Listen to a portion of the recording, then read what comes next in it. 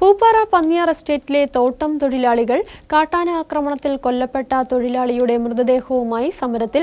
കാട്ടാന ആക്രമണത്തിൽ നിന്നും തൊഴിലാളികളുടെ ജീവന് സംരക്ഷണം ഉറപ്പുവരുത്തുക എന്നാവശ്യപ്പെട്ടാണ് എസ്റ്റേറ്റ് ഓഫീസിനു മുമ്പിൽ തൊഴിലാളികൾ സമരം നടത്തുന്നത്.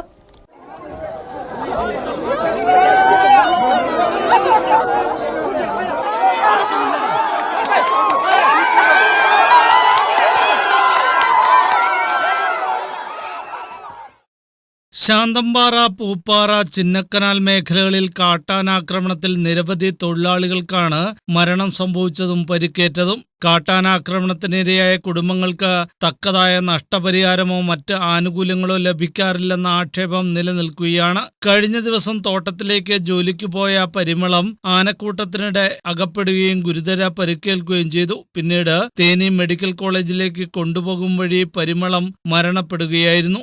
പരിമളത്തിന്റെ കുടുംബത്തിന് തക്കതായ നഷ്ടപരിഹാര തുക നൽകണമെന്നും കുടുംബത്തിലെ അംഗത്തിന് ആശ്രിത നിയമനം നൽകണമെന്നുമാണ് തൊഴിലാളികൾ സമരത്തിലൂടെ പ്രധാനമായി മുന്നോട്ട് വയ്ക്കുന്ന ആവശ്യം. കാട്ടാനാക്രമണത്തിൽ മരിച്ച തൊഴിലാളി സ്ത്രീയുടെ മൃതദേഹവുമായാണ് പ്രതിഷേധക്കാർ രംഗത്തെത്തിയത്. ശാന്തമ്പാറ പന്നിയാർ എസ്റ്റേറ്റ് ഓഫീസിന് മുന്നിലാണ് സമരം സംഘടിപ്പിച്ചത്.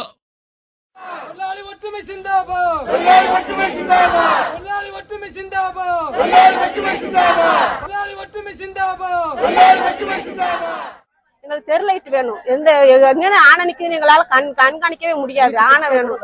ஆனை வீட்டு முன்னால வருது. சின்ன பிள்ளைங்க நாங்க படிக்க வைக்கிறோம். அதே மாதிரி நைட் டியூட்டிக்கு ஆளுங்க வராங்க, அவங்களுக்கு ஒரு பாதுகாப்பு கிடையாது. அதனால எங்களுக்கு ஆம்புலன்ஸ் வேணும், தெருலைட் வேணும், அதே மாதிரி ரோடு வசதி வேணும், மருத்துவ வசதி முக்கியமா வேணும். மருத்துவம் எங்களுக்கு இல்லாம தான் நாங்க வெளியே போகலே எங்களுடைய தொழிலாளிகள் உயிர் போகுது. அதான் காரணம்.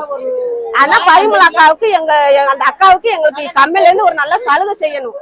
அவ்வளவுதான்.